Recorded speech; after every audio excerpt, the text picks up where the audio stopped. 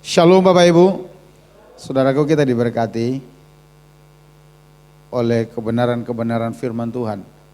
Tahun 2020 kita akhiri tahun itu dengan kesaksian-kesaksian dari anak Tuhan, di mana ketika mereka melakukan apa yang Tuhan suruh kita lakukan atau dikerjakan oleh gereja ini sepanjang tahun 2020, mereka benar-benar mengalami berkat-berkat dari Tuhan. Dan memasuki tahun ini juga kita mengawalinya dengan kesaksian-kesaksian anak Tuhan yang sungguh luar biasa, saudara ya. Bagaimana janji-janji Tuhan itu ya dan amin. Dan sangat layak dan patut dipercayai, saudara. Saudaraku, firman Tuhan yang kita bicarakan dari minggu pertama sampai minggu ini masih sama ayatnya, di mana Daud berkata, pujilah Tuhan hai jiwaku, jangan lupakan segala kebaikannya. Dan 2 minggu berturut-turut kita sudah berbicara tentang kebaikan-kebaikan apa yang dimaksud oleh Daud sehingga dia memerintahkan jiwanya untuk terus mengingatnya. Kita sudah belajar itu. Di minggu pertama kita berbicara yang pertama bahwa kasih Allah itu tidak pernah berkesudahan di dalam kehidupan kita. Kenapa? Karena Dia adalah Allah yang kasih. Yang kedua, pengampunannya tidak terbatas bagi setiap kita. Masih ingat saudara ya? Itu kebaikan Tuhan yang benar-benar harus kita ingat terus. Dan yang ketiga, bahwa Allah itu adalah Allah yang menyembuhkan. Amin. Itu kebaikan Tuhan. Saya percaya kalau saudara kekasih kita di minggu yang lalu juga menyaksikan tentang kemenangan yang Tuhan kerjakan. Beliau mengalami kesembuhan dari pandemi COVID-19 ini. Itu karena Tuhan setia dengan perjanjiannya. Amin. Dan kalau kita juga mendengar kesaksian dari Pak Guntur hari ini, kesaksian yang sama, saya percaya itu juga karena apa yang dikatakan firman Tuhan, Dia yang menyembuhkan segala penyakitmu, masih iya dan amin sampai sekarang, saudara. Saya yakin itu. Nah, kemudian yang keempat kita berbicara Dia yang menebus hidupmu dari liang kubur. Menebus itu sama dengan membebaskan. Minggu lalu saya sudah jelaskan apa yang dimaksud liang kubur. Dari terjemahan lain bukan hanya berbicara kematian secara fisik, tetapi itu berbicara juga kematian kekal yang akan dialami oleh orang-orang yang tidak percaya kepada Tuhan. Tapi bagi mereka yang percaya kepada Yesus, Yesus membebaskan mereka dari situ. Tetapi juga bukan hanya itu, karena makna atau kata yang dikatakan dengan liang kubur itu berbicara juga dari setiap rencana-rencana orang yang coba menghancurkan hidup saudara, yang coba menghancurkan masa depan saudara, yang coba menghancurkan pekerjaanmu, bisnismu, rumah tanggamu. Dan bukan hanya itu juga, tetapi dikatakan dari segala tipuan-tipuan yang coba dibuat orang terhadap saudara untuk membelokkan saudara dari kebenaran-kebenaran. Tuhan membebaskan kita dari sana. Dan yang kelima dikatakan Dia memahkotai kita dengan kasih setia dan rahmat Tuhan. Dan yang terakhir, Daud berkata Dia yang memuaskan hasratmu dengan segala kebaikan Tuhan. Kata memuaskan di sana itu bukan sekedar puas, saudara. Tapi saya katakan saya susah menggambarkannya seperti apa. Teks bahasa Batak itu lebih dekat ke teks aslinya. Itu jauh di atas puas. Kalau orang di sini mungkin sampai nyuah gitu loh. Tahu nyuah saudara ya? Kalau bahasa di sini ya. Puasnya itu sampai nyuah gitu kan. Sampai seperti itu. Dengan apa? Dengan kebaikan Tuhan. Nah, itu yang harus selalu kita ingat di dalam Tuhan. Amin saudara. Amin. Itu yang harus selalu kita ingat. Kalau minggu lalu Pak Pol tak katakan mungkin Jemaat GB Putusibau, sayalah yang pertama mengalami paparan COVID itu saudara ya. Ternyata bukan. Ternyata Pak Guntur duluan. Karena waktu beliau telepon Pak Guntur, sebenarnya Pak Guntur udah isman itu. Iya. Dua-duanya mereka hubungin saya. Tapi ketika saya tanya, Pak Poltak, saya bisa datang ke rumah enggak? Karena beliau mungkin dari si medis tahu aturannya segala macam. Jangan Pak, nanti bagaimana, dan itu namanya juga isolasi, jangan. Tapi ketika Pak Guntur kasih tahu saya telepon. Di telepon saya bilang, saya diam sejenak, saya bilang, saya besok mau ke rumah boleh enggak? Saya ingat betul jawaban beliau, Bapak yakin? Saya katakan, saya yakinnya. Ya Pak, boleh Pak. Dan paginya saya ke tempat beliau, ya seperti yang sudah dijelasin. Saya datang, saya salamin beliau. Kita ngobrol di ruang tamu. Dan waktu mau pulang saya doain. Doanya tidak jarak jauh ya Pak Guntur ya. Beliau duduk, saya hampiri. Saya tumpang tangan, setengah memeluk, saya doakan. Dan setelah itu saya pulang. Dan rahasia itu hanya ada di kami. Rahasia itu hanya ada di kami. Sebab kalau saya kasih tahu, bisa bubar saudara tidak datang ke gereja. Ya. Nanti saudara bilang begini, itu Pak Gembala udah terpapar dari Pak Guntur. Lalu saudara datang ke gereja. Nah, saudaraku, saya mau beritahu begini. Firman Tuhan berkata, sebuah perkara dinyatakan sah kalau itu disaksikan minimal 2 orang. Pak Poltak, Pak Guntur sudah menyaksikan, saya juga sebenarnya. Jadi udah lebih dari 2 orang ya. 3 orang, lebih dari sah sebenarnya ini. Apa yang sah? Apa yang sepanjang pandemik selalu saya katakan kepada saudara, Allah pemegang kendali atas hidup. Amin. Artinya begini, kalau ada orang mati karena COVID, jangan juga dikutukin mereka. Jangan bilang bahwa Tuhan tidak sayang kepada mereka. Itu hanya cara mereka pulang kepada Tuhan. Amin, saudara. Kalau Tuhan belum izinkan kita pulang, belum. Itu yang selalu saya katakan kepada saudara. Saya arahkan pikiran saudara kepada Kristus yang penuh kuasa itu. Bahkan yang sering saya sampaikan, terlalu mudah bagi Tuhan menghalau COVID ini dari bangsa ini. Tetapi kenapa diizinkan Tuhan ada sampai hari ini? Ada maksud-maksud di balik itu. Saya tidak tahu masih ada yang lain enggak. Cuman mungkin yang lain enggak disuap kali ya. Kalau menurut saya perbedaannya itu aja. Mereka berdua disuap, yang lain tidak. Saudara, sampai hari ini Tuhan masih pemegang kendali. Kalau Pak Poltak, Pak Guntur, saya pun masih diizinkan Tuhan ada sampai pada saat ini. Bukan karena kami lebih hebat dari yang lain, bukan. Bukan karena Tuhan yang beliau sembah dan Tuhan yang sembah lebih hebat dari Tuhan orang lain, bukan. Tapi karena Tuhan belum izinkan kami pulang ke rahimatullah. Halo. Nah, ini maksud saya itu. Jangan terlalu ditakuti kematian itu. Karena firman Tuhan berkata, saya sudah sampaikan sepanjang tahun 2020. Bahkan Yesus berkata, sehelai rambut di kepalamu pun tidak akan jatuh ke bumi di luar kehendak Dia. Amin. Adakah yang terlalu sukar bagi Tuhan? Kan tidak ada, saudara.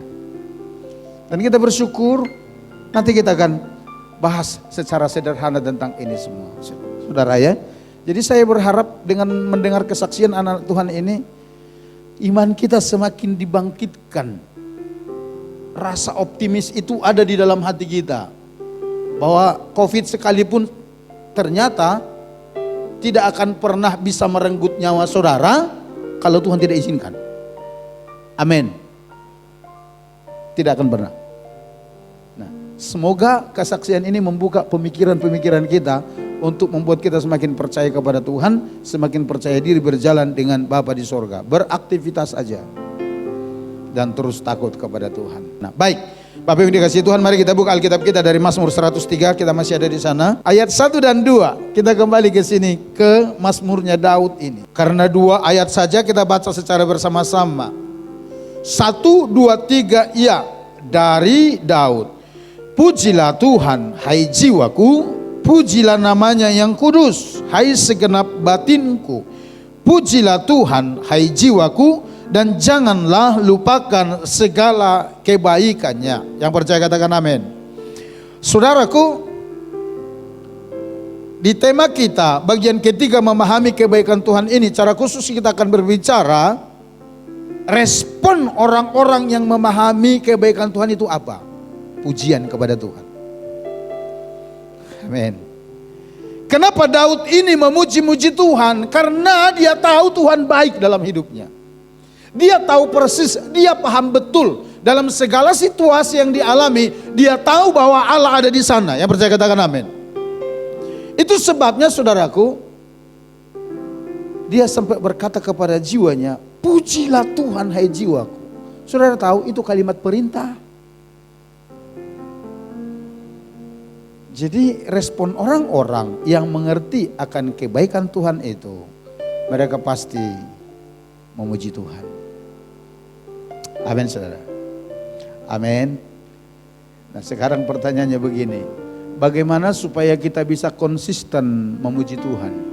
Saudaraku perhatikan yang pertama, disiplin diri kita untuk memuji Tuhan. Perlu pendisiplinan. Kenapa begitu saudara? Kenapa perlu diri ini disiplin? Kenapa perlu jiwa ini? Kenapa perlu batin ini didisiplin, dipaksa bila penting? Alasannya sederhana sekali. Karena ada saat-saat di mana hati seseorang benar-benar sama sekali tidak tertarik memuji Tuhan. Saya tidak tahu saudara mengalami atau tidak. Mau serohani apapun itu, ada saat-saat, ada fasenya di mana hati bahkan perasaan orang itu sepertinya tidak tertarik memuji Tuhan. Dan itu Daud alami.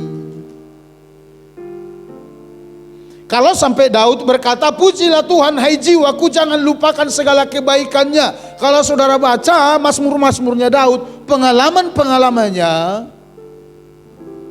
ada kalanya batinnya Daud itu tidak tertarik memuji Tuhan. Oleh karena apa? Oleh karena tekanan.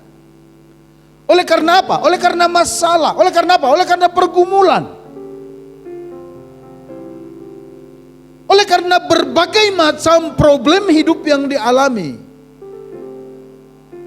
Batin ini bisa saja tidak tertarik memuji Tuhan.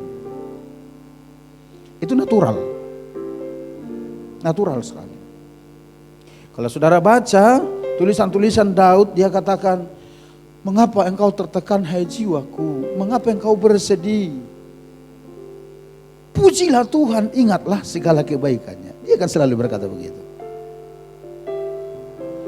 Kalau seseorang biasanya dirundung masalah, kalau biasanya seseorang diperhadapkan dengan situasi-situasi sulit, secara otomatis batin orang itu akan susah memuji Tuhan. Tapi bagaimana caranya supaya kita tetap konstan memuji Tuhan? Dengan konsisten, disiplin, perintahkan jiwa kita itu. Latih jiwa kita itu. Amin. Amin saudara. Amin. Amin. Apakah terlalu bermasalah bagi saudara memuji Tuhan? Amin. Paksa jiwamu itu memuji Tuhan. Kenapa perlu dipaksa? Selain daripada karena kebaikan Tuhan, saudara tahu, ketika engkau memuji Tuhan, energi-energi positif dari sorga akan mengalir dalam dirimu. Betul? Tanpa disadari. Minggu lalu di rumah doa tempoh hari saya sudah buktiin, saya mendapat penggalan video dari wawancara hamba Tuhan cukup terkenal ketika berbicara kebaikan Tuhan. Tidak secara sengaja saya lihat video itu. Ketika orang berkata, Tuhan engkau baik, engkau dahsyat, engkau luar biasa, ketika memuji Tuhan, saudara tahu, saraf-sarafnya, otot-ototnya langsung berespon positif tentang kebaikan Tuhan. Benar loh.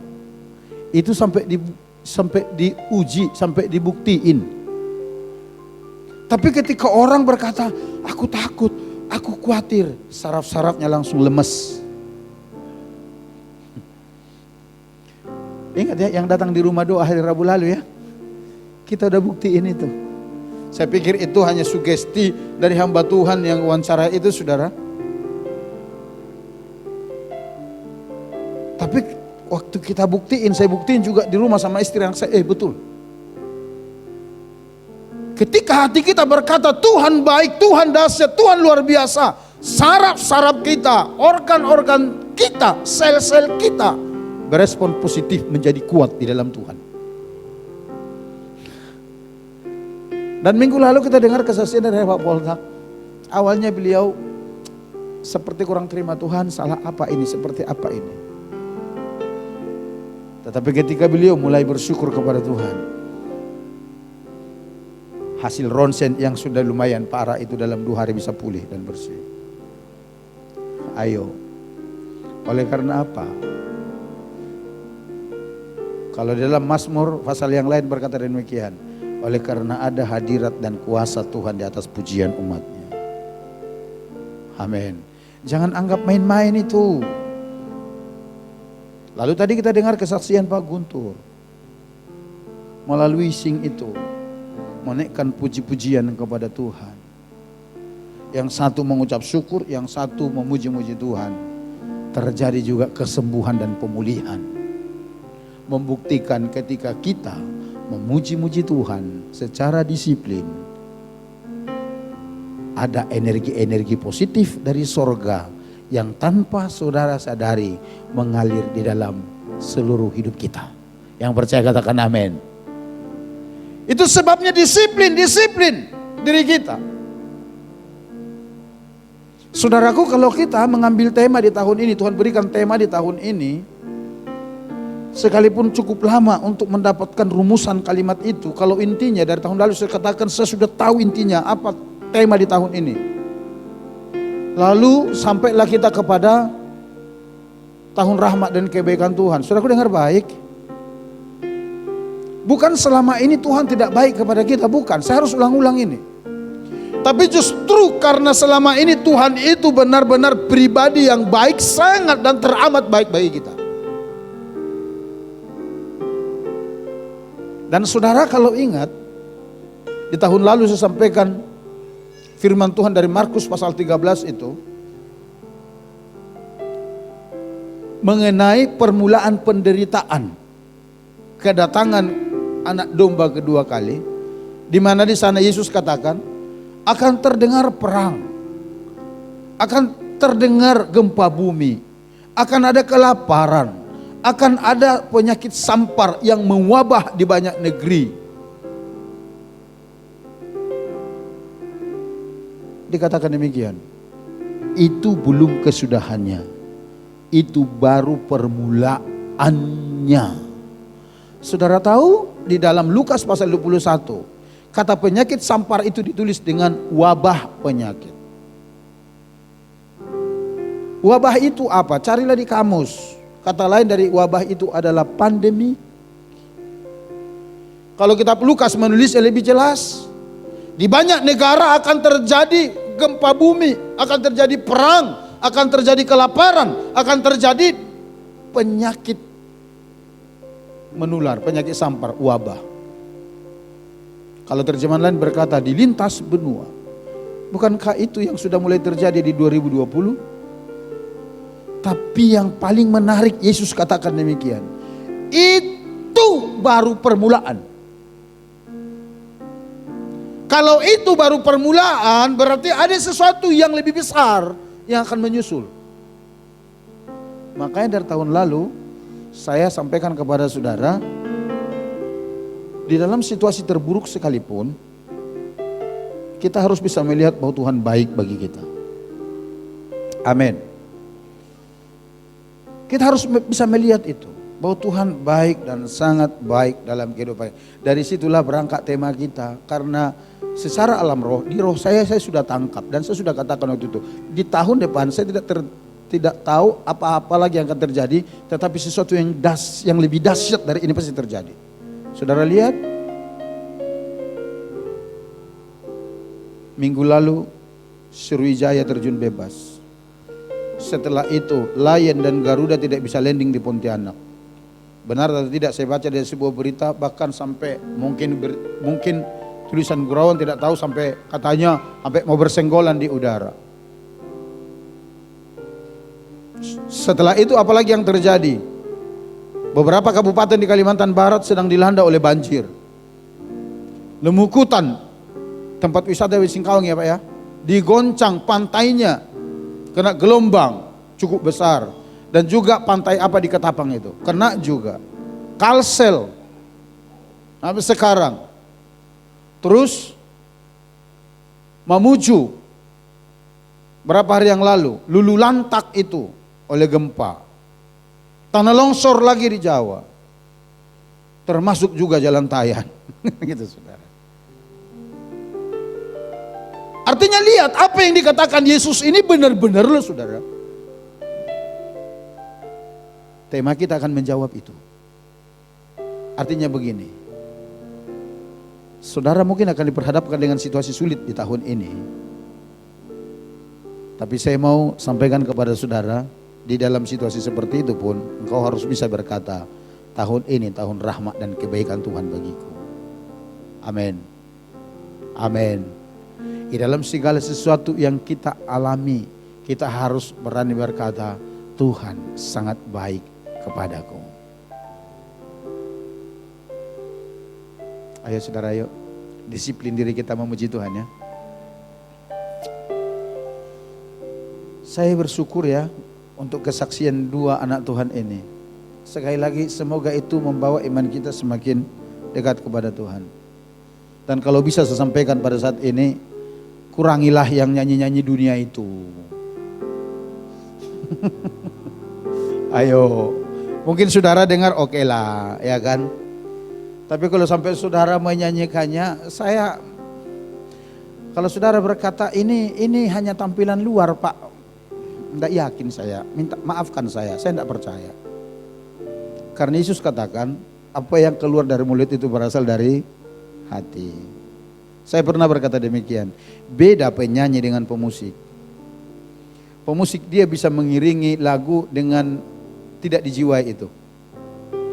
Betul ya, hanya main aja ya, cereng gitu loh. Hanya mengiringi orang. Tapi kalau penyanyi biasanya itu bisa merasuk sampai di relung hatinya gitu loh. Yang saudara hafal lagunya dan saudara nyanyikan lagi, aku benci kepadamu juga dia. Pujian kepada Tuhan mengajar kita untuk saling mengasihi. Tapi dunia menyuruh kita, aku benci kepadamu juga dia. Aduh, hai Tuhan. Ayo dong. Kesaksian dua anak Tuhan ini memberikan referensi bagi kita saat ini, bahwa memuji Tuhan itu tidak sekedar bernyanyi, tapi di sana ada kuasa Allah bekerja. Dan orang yang memahami kebaikan Tuhan, dia akan mendisiplin dirinya untuk terus memuji Tuhan sekalipun dia menghadapi situasi sulit sama seperti yang mereka alami. Amin saudara. Amin. Yang kedua kita lihat saudaraku, bagaimana kita bisa memuji Tuhan dengan konsisten. Yang kedua, sadari bahwa memuji Tuhan berarti mengakui segala kebaikan Tuhan. Memuji Tuhan itu sama artinya mengakui segala kebaikan Tuhan. Kata memuji Tuhan di teks ini secara hurufiah berarti memberkati Tuhan. Kalau dari versi bahasa Inggris dikatakan bless the Lord. Dan itu dari teks Ibraninya. Dari kata baraki, barak artinya memberkati. Dalam Alkitab memberkati Allah berarti mengakui bahwa segala sesuatu yang membuat hidup kita bermakna dan indah berasal dari Dia. Itu saudara harus akui itu. Tapi Pak, kehidupan saya begini, bagaimana saya harus memuji Tuhan, bagaimana bersyukur? Di 2 Pir tadi saya sampaikan, gemerlap harta dunia ini tidak ada nilai apa-apanya itu dibanding dengan keselamatan yang Yesus sudah berikan. Amin. Amin. Yesus berkata di dalam kitab Matius, apa gunanya engkau memiliki seluruh isi dunia, tapi pada akhirnya engkau kehilangan jiwamu. Jadi tidak salah kalau Daud berkata, dia yang menebus hidupmu dari liang kubur. Ingat itu.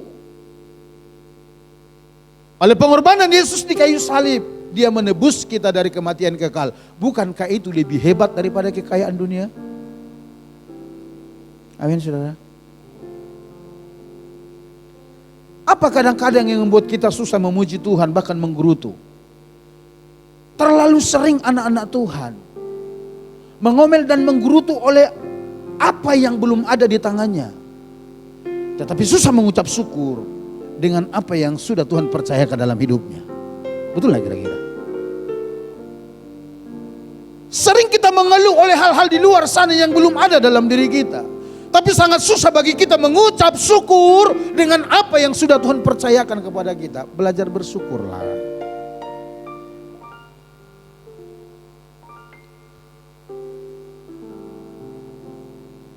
Satu kesalahan atas satu masalah yang kita alami dalam kehidupan kita, sepertinya cukup itu untuk menyalahkan Tuhan bagi kita. Beribu-ribu kebaikannya yang sudah kita alami seolah tidak mampu mendorong hati kita untuk memuji Dia. Ayo dong yuk. Memuji Tuhan itu mengakui segala kebaikannya yang telah diberikan dalam kehidupan kita. Saya tidak tahu saudara, apakah ini turun dosa orang Israel ini ya? Kenapa saya katakan demikian? Saudara tahu? Pak Guntur tadi singgung, waktu mereka keluar dari tanah Mesir memasuk ke tanah Kanaan, itu kan sebenarnya anugerah besar itu. Kalau Tuhan bawa mereka keluar dari perbudakan, amin. Dibebaskan mereka dari perbudakan, dari kerja rodi yang mereka hadapi sehari-hari. Tapi saudara perhatikan, hanya karena mereka belum makan bengkuang, belum makan semangka, belum makan bawang pre, belum makan daging, mereka bersungut-sungut berontak sama Musa. Bahkan omelin Tuhan. Coba lihat kiri kananmu, katakan begini, semoga itu bukan Nuhan.